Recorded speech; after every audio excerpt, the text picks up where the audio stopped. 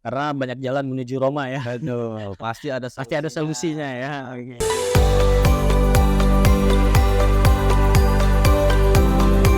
Ngarujak, ngobrol urusan pajak.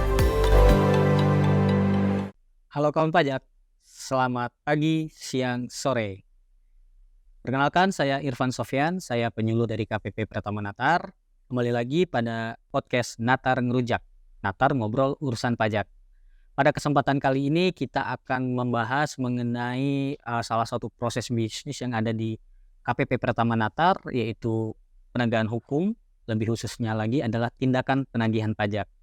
Nah, pada hari ini kita akan membahas pula mengenai pengaturan terbaru yang diatur di PMK 61 tahun 2023 mengenai tindakan penagihan pajak. Nah, pada hari ini saya sudah ditemani oleh Alivo Pradana, Jurusita Pajak Negara KPP Pratama Natar yang hadir dan akan membahas untuk materi mengenai PMK 61 mengenai tindakan penagihan ini. Baik, Kak Alivo, apa kabar Kak Alivo? Alhamdulillah sehat Mas Irfan. Sehat ya? Iya. Beberapa bulan kebelakangan ini kayaknya sibuk banget ya? Benar, emang lagi banyak kegiatan kita di penagihan, sama kegiatan kanwil juga banyak kebetulan. Makanya kita kerja keras banget lah. Lagi udah menuju akhir tahun ya. Lagi dikejar pencairan penagihannya ya, tunggakan pajak. Setelah penerimaannya harus kita sampaikan 100%. Baik kawan pajak, Kak Alivo Pradana ini adalah jurusita pajak negara yang memang tugas pokoknya adalah melakukan tindakan penagihan. Dan biasanya kalau pekerjaan sehari-harinya Kak Alivo ini pakai seragam, nggak pakai baju kantor casual kayak sekarang ya. Jadi kalau pakai seragam itu bisa bikin gentar wajib pajak ya Kak Alivo. Betul, agak gemetar ya. Lihat baju seperti baju pengadilan sama baju pengadilan hijau gitu. Nah, Kak Alivo, ini sebenarnya kita udah sama-sama tahu ya bahwa wajib pajak di Indonesia ini melaksanakan kewajibannya berdasarkan prinsip self-assessment ya. Mereka sendiri, wajib pajak sendiri yang melakukan penilaian dan perhitungan mengenai berapa pajak yang harus dibayar. Nah, kalau dengan sistem self-assessment ini kan ada kemungkinan bahwa wajib pajak ini melaporkan penghasilan atau perhitungan pajaknya tidak benar tuh, dan pada ujungnya nanti akan diberikan sanksi-sanksi oleh Direktorat Jenderal Pajak. Betul. Nah, peranan dari jurusita pajak negara ketika wajib pajak ini tidak melaksanakan kewajibannya itu bagaimana, Pak? Jadi sebelumnya seperti yang kita harus tahu dulu nih, kalau kita itu jurusita pajak itu berlandaskan terhadap Undang-Undang Nomor 19 Tahun 2000, itu tentang perubahan Undang-Undang Nomor 19 Tahun 1997 tentang pelaksanaan penagihan dengan surat paksa. Jadi sebenarnya juga di undang-undang tersebut disebutkan tugas dari jurusita pajak itu apa, Mas Irfan. Jadi jurusita pajak itu sebenarnya sekelompok orang yang bertanggung jawab untuk melaksanakan tindakan penagihan. Baik penagihan seketika sekaligus, penyampaian surat paksa, penyitaan, dan penyanderaan. Nah, itu semua adalah tugas dari jurusita pajak. Nah, jurusita pajak ini ditunjuk oleh pejabat nih, yang pejabat yang berwenang dan diberi oleh Menteri Keuangan. Yaitu kalau di sini itu seperti kepala kantor yang pejabat.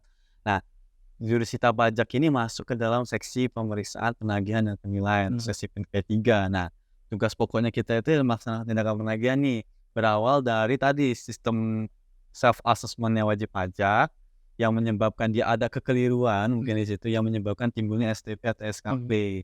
Nah, dasar hukumnya kita itu pertama itu dari dasar STP dan SKP. Nah, STP SKP tersebut setelah dia terbit, maka ada waktu jatuh tempo nih Mas Irfan. Nah, setelah jatuh tempo itulah masuk plus 7 hari. Nah, itulah dimulai kegiatan-kegiatan tindakan penagihan oleh jurusita pajak. Wah, kayaknya berat banget ya pekerjaannya. Ada si jurusita pajak negara ini. Nah, tapi saya malah jadi bertanya-tanya nih Kak Alivo nih. Ngobrolin soal penagihan pajak, kenapa sih sebenarnya wajib pajak ini kok bisa sampai ditagih pajaknya? Iya, jadi biasanya wajib pajak ini bisa sampai ditagih karena adanya pertama pasti dasarnya dulu, karena pasti ada STP atau SKP. Setelah STP SKP ini terbit, maka kan DJP akan menagih utang tersebut kepada wajib pajak. Nah, Apabila wajib pajak dalam kurun waktu jatuh tempo 1 bulan tersebut belum melunasi tunggakan pajaknya, maka nanti ada tindakan penagihan dari Direktorat Jenderal Pajak untuk menagih komitmen wajib pajak tersebut. Artinya kan wajib pajak tersebut dia tidak dapat melunasi tunggakan yang harusnya menjadi kewajibannya, kelalaian terhadap kewajibannya. Maka masuklah kita di situ sebagai jurusita pajak untuk melaksanakan tindakan penagihan itu tadi ya.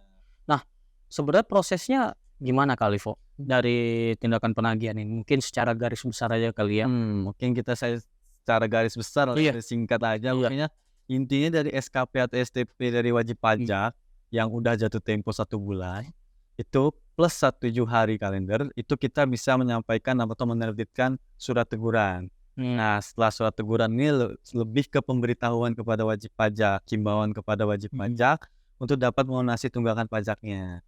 Namun, apabila setelah disampaikan surat teguran dari wajib pajak masih tidak diindahkan oleh wajib pajak, maka kita dapat menerbitkan surat paksa. Nah, surat paksa ini agak serem nih Mas Irfan. Serem ya. Paksa ini bisa dibilang kekuatannya setingkat dengan surat yang dikeluarkan pengadilan. Baik.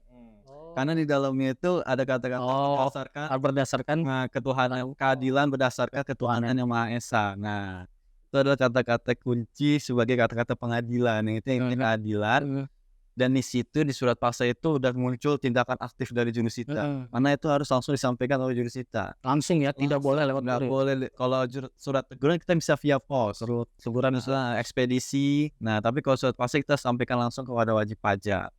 Namun lebih seremnya lagi ketika surat paksa ini sudah disampaikan dan wajib pajak ini tidak melunasi juga tunggakan pajak, masih diabaikan, maka kita akan melakukan penyitaan dalam 2 kali 24 jam setelah surat paksa disampaikan. Wah, untuk kawan pajak, nah itu harus dengar ya mungkin ya. Setelah SP ada 2 kali 24 jam untuk melunasi tunggakan pajaknya. Setelah 2 kali 24 jam nih kawan-kawan pajak atau wajib pajak yang bersangkutan tidak melunasi tunggakan pajaknya, maka kita dapat melaksanakan penyitaan. Penyitaan ini baik dapat berupa aset bergerak maupun aset tidak bergerak. Jadi termasuk kita juga dapat melaksanakan penyitaan aset rekening nih Mas. Rekening Mas Irfan. Jadi kita itu dapat melaksanakan pemblokiran rekening ketika sudah dalam tahap surat paksa disampaikan. Surat paksa disampaikan, maka kita dapat pemblokiran rekening. Dan rekening tersebut yang diblokir bisa kita sita rekeningnya. Makanya hasil dari aset yang telah disita itu ada 2. Kalau nggak kita lelang, kita tindakan. Nah, tadi kalau untuk memulai tindakan penagihan ini kan pasti tadi ada dasar penagihan. Benar, ya. Dasar penagihan tadi antara lain STP, surat tagihan pajak, atau SKP ya, surat ketetapan pajak. Nah, bedanya ini apa nih Kalivo, STP dan SKP? Sebenarnya ada beberapa yang jadikan dasar produk hukum kita atau dasar penagihan. STP, SKP, SKPKB, SKPKBT kan, SK pembetulan, SK keberatan, dan putusan banding. Nah, kalau STP dan SKP ini bedanya, mungkin kalau STP ini lebih ke sanksi administrasi. Nah, lebih ke sanksi baik itu terlambat atau tidak melaksanakan kegiatan wajib pajak dari wajib pajak. Sedangkan kalau SKP ini muncul biasanya melalui proses pemeriksaan. Nah, jadi wajib pajak telah dilakukan pemeriksaan, sudah melalui jalur-jalur pemeriksaan, prosedurnya, maka terbitlah SKP dan pemeriksaan. Sedangkan kalau STP biasanya lebih banyak ke pengawasan. Nah, ini berarti perlu kawan pajak ketahui juga ya, bahwa dalam tindakan penagihannya harus ada dasarnya, yaitu STP dan SKP tadi. Nah, tentunya berarti ini memasukkan bahwa tindakan penagihan ini ada di gerbong terakhir dari sistem perpajakan kita ya kali itu ya. Jadi STP SKP ketika terbit ini pun melalui proses, melalui pemeriksaan ataupun melalui pemberian sanksi oleh AR atau pengawas ya dalam bentuk STP. Nah, jadi kalau kawan pajak sudah dapat STP atau SKP, saran kami segera dilakukan pelunasan sebelum tindakan penagihan berjalan. Betul sekali Bu ya. Kalau udah masuk ke penagihan ini udah tadi ini udah menyinggung aset tadi pajak. Bukan hanya wajib pajaknya tapi penanggung pajak yang lain. Udah mulai kena nih aset-asetnya. Nah, itu mohon diingat lagi ya. Sayang kalau misalnya sanksinya nggak seberapa, tahu-tahu rekening kita diblokir. Nah, mungkin kawan pajak yang kira-kira sekiranya sudah menerima surat tagihan pajak atau surat ketetapan pajak, di cross check lagi adakah yang belum dilunasi atau yang masih menjadi tunggakan, segera hubungi AR sudah hubungin Jurusita langsung ya Boleh ya untuk diskusi mengenai cara pelunasannya, atau jika tidak ada kendala apapun segera lunasi saja gitu ya Kak Livo ya. Betul. Nah tadi kalau misalnya ada barang yang disita, kalau tadi kan kalau rekening diblokir langsung dipindah bukukan ya. Nah kalau misalnya barang-barang yang disita ini gimana cara dia nanti untuk melunasi tunggakan Iya, mereka? jadi biasanya apabila dia tidak memiliki aset berupa rekening, kita juga bisa melakukan penyitaan terhadap aset bergerak maupun tidak bergerak. Aset bergerak ini bisa kayak kendaraan bermotor, kendaraan mobil dan lain sebagainya. Tapi kalau aset tidak bergerak seperti tanah, rumah, aset tetap lainnya itu bisa kita lakukan namanya penyitaan rekening. Nah, penyitaan aset. Nah, ketika penyitaan asetnya sudah kita lakukan dan wajib pajak belum juga melunasi tunggakan pajaknya, itu maka dalam 14 hari kita bisa melakukan lelang. Nah, lelang ini, tapi sebelum melaksanakan kita lelang, kita namanya melaksanakan pengumuman lelang dulu. Kita sampaikan ke media massa, kepada masyarakat bahwa ada aset yang akan dilelang. Nah, aset yang dilelang ini nanti akan dilaksanakan pelelangan 14 hari kemudian setelah pengumuman lelang. Setelah pengumuman lelang dan lelang dilaksanakan dan aset terjual, maka hasil dari aset terjual tersebut akan digunakan untuk melunasi tunggakan pajak plus biaya penagihan pajaknya. Nah, setelah itu kalau misalkan ada lebihnya dari penjualan aset tersebut, maka kelebihannya tersebut akan dikembalikan kepada wajib pajak. Bisa dikembalikan ya. Jadi jangan khawatir kalau misalnya nilai penjualan atau nilai lelang dari aset tersebut akan berlebih, pasti dikembalikan ya. Nah, Kak Livo, kalau nggak salah ya kemarin emang ini ya ada beberapa tindakan penagihan dilakukan ya sebulan 2 bulan yang lalu ya. Itu bisa ceritakan sedikit nggak Kak Livo di mana, kapan, kira-kira? Kemarin itu kita memang ada kegiatan namanya Sita Serentak di Kanwil nih Mas Irfan. Nah, kegiatan Sita Serentak ini dilaksanakan untuk memberikan mungkin attention ya bagi wajib pajak bahwa kita itu memang serius. Betul. Kalau apabila wajib pajak tidak melunasi tunggakan pajaknya, kita betul. Asetnya apapun bentuknya kita sita. Nah, kemarin kebetulan kita di KPP Pratama Natar itu menyita 2 aset nih Mas. Ada 1 aset ruko, yang satunya lagi itu mobil kayak Triton. Triton ini keduanya ini merupakan wajib pajak yang memiliki tunggakan di atas 1M lah ini. Di atas 1M.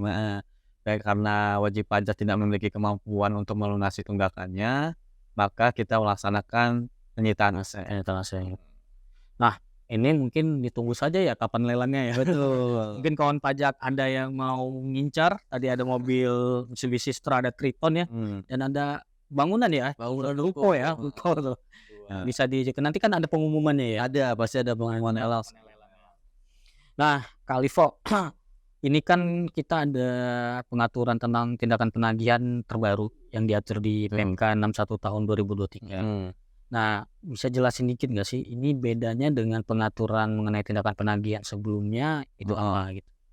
Sebenarnya PMK 61 tahun 2023 ini sebenarnya adalah perubahan dari PMK 189. Sebelumnya udah pernah ada tentang tata cara penagihan pajak atas tunggakan yang belum dilunasi ya intinya. Nah, PMK 61 ini merubah beberapa poin-poin saja, mungkin saya jelasinnya Mas Irfan ya. Yang paling penting, yang pertama yaitu terkait sama adanya tindakan penagihan yaitu pencegahan dan penyanderaan. Terkait ini baru nih, tadi belum disampaikan ya. Sebenarnya pencegahan dan penyanderaan itu sudah ada masuk dalam Undang-Undang PPSP kegiatan tersebut. Setelah tadi surat paksa disampaikan, apabila wajib pajak memiliki itikat seperti misalkan dia mau pergi dari Indonesia selama-lamanya, terus kalau wajib pajak badan udah mau pilot atau mau pilot, nah itu maka dan objek sita yang kita mau cari itu nggak ditemukan, nah itu kita dapat melakukan pencegahan atau penyanderaan terhadap penanggung pajaknya. Nah, di PMK 61 dijelaskan ada kriteria tertentu yang paling diubah di PMK 189 yaitu daluarsa. Nah, jadi apabila sudah kurang dari 2 tahun akan daluarsa lagi, daluarsa penagihannya, maka itu kita dapat melaksanakan pencegahan terlebih dahulu. Apabila misalkan ketetapan tersebut akan daluarsa, maka kita bisa melakukan pencegahan atau penyanderaan terhadap penanggung pajak agar wajib pajak atau penanggung pajak dapat melunasi tunggakannya. Karena untuk kawan-kawan pajak harus hati-hati agar tidak sampai ke kegiatan penyanderaan. Penyanderaan kan lebih ke sifat sosial sudah wajib pajak ya, karena bagaimana dia nanti dilihat oleh orang sekitarnya kalau sampai dia dapat penyanderaan. Nah ini kayaknya kalau penyanderaan ini udah gerbang paling terakhir tapi yang paling ujung lagi gitu ya. Jadi kalau bisa jangan sampai dilaksanakan. Tapi kalau di KPP Pratama Natar pernah ya ada. Pernah waktu itu dulu udah ada penyanderaan. Jadi jangan sampai ya kawan pajak yang mungkin kalau misalnya belum ada kemampuan untuk membayar, jangan diabaikan, langsung segera diskusi dan ajak bertemu dengan jurusita pajak negara. Betul. Nah mengenai penanggung pajak untuk orang pribadi atau badan ada perbedaan? Iya, ada perbedaan sih. Kalau yang di PMK 61 saat ini itu kita lebih detail sebenarnya dibahas dari PMK 189 yang tahun 2020. Mungkin kita mulai dari instansi pemerintah dulu nih Mas Irfan.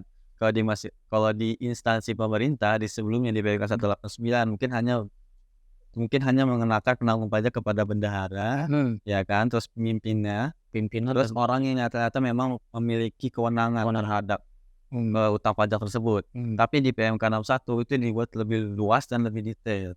Bahkan kalau di sini kepala instansi pemerintah dan KPA, kuasa pengguna kepala instansinya malah kepala instansinya yang saat ini pun bisa jadi penanggung pajak. Dan ditambah ada kuasa pengguna anggaran. Kuasa pengguna anggaran. Kuasa pengguna anggaran ini bisa dikenakan juga sebagai penanggung pajak terhadap tunggakan pajak yang dimiliki oleh instansi pemerintah. Makin lebih ke situ, makin lebih luas ya. Betul. Jadi KPA mungkin dari instansi pemerintah sekarang ini harus lebih hati-hati. Jangan sampai nanti malah penanggung rekeningnya terblokir juga nih atau aset-asetnya disita oleh jurusita pajak. Kalau orang pribadi? Kalau orang pribadi saat ini ditegaskan di PMK 61 itu lebih kepada utang yang dimiliki oleh orang pribadi ini dan istri. Nah, orang pribadi yang memiliki utang dan istrinya itu bertanggung jawab penuh atau seluruhnya. Jadi dia kalau udah punya istri atau pasangannya ya, itu juga bertanggung jawab penuh. Seluruh usaha pajak ya. Berarti ini kawan pajak yang masih jomblo, jangan lupa calonnya di screening ada utang pajak enggak ya. Kalau ada utang pajak menjadi penanggung juga loh. Jadi penanggung juga. Makanya hati-hati karena nanti keduanya menjadi bertanggung jawab atas seluruh utang pajaknya. Terus ada juga mungkin ahli waris ya Mas. Ahli waris ya. Kalau misalkan yang orang pribadi yang bersangkutan sudah meninggal dunia dan meninggalkan warisan dan setelah disampaikan kepada ahli waris masing-masing warisannya, nah itu dibagi sesuai porsi yang diterima oleh masing-masing ahli waris. Sesuai porsi gitu ya. Nilainya berapa aja misalkan dibagi rata ya berarti nanti utang pajaknya akan dibagi rata. Ya. Betul. Sedangkan kalau untuk PP badan, ini menarik. Wajib pajak badan ini karena kan yang paling pertama kita kenakan itu adalah pengurus resmi, yaitu direktur utama, direktur dan komisaris. Nah, direktur utama, direktur dan komisaris itu bertanggung jawab terhadap seluruh utang pajak dan biaya penagihan pajaknya. Nah, jadi jangan kaget kalau ketika ada pemblokiran rekening nih Mas. Biasanya wajib pajak atau kawan-kawan pajak ini kaget nih. Kok saya bisa kena blokir padahal saya bukan direktur utamanya. Iya. Ternyata kalau kita ini di Undang-Undang PPSP dan juga ditegaskan di PMK 61, direktur utama, direktur dan komisaris itu bertanggung jawab penuh atas seluruh utang pajaknya, maka dapat dilakukan pemblokiran. Betul. Kecuali untuk pemegang saham. Kalau pemegang saham itu diberikan sebesar porsi saham terhadap badan tersebut. Ya ini ya supaya adil juga ya. Jadi dia tidak terlibat langsung di modalnya saja. Terus mungkin kalau untuk wajib pajak badan pusat dan cabang yang bertanggung jawab juga adalah penanggung pajaknya juga, baik yang di pusat dan yang di pusat pasti karena dengan cabang dan pengurus-pengurus yang ada di pusatnya. Itu lebih ke situ sih Mas kalau untuk yang PMK 61 karena banyak perubahannya mungkin lebih tegaskan kepada yang di situ. Karena hal-hal tersebut sering terjadi di kehidupan nyata, baik itu wajib pajak sebagai direktur, komisaris, direktur utama, dan orang pribadi yang memiliki istri atau pasangan.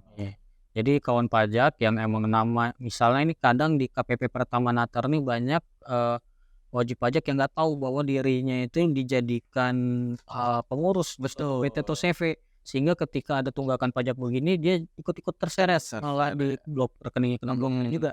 Jadi hati-hati dalam memberikan informasi mengenai diri kita ya, kawan pajak. jangan sembarangan, bisa jadi nanti disalahgunakan seperti dijadikan pengurus di suatu CV atau PT gitu ya. Nah, kita nggak tahu apa-apa, malah nanti terseret. Nggak hanya di pajak aja ya mungkin ya. Mungkin Di urusan di lain juga itu sangat berbahaya sekali kalau sembarang kita kasih. Betul.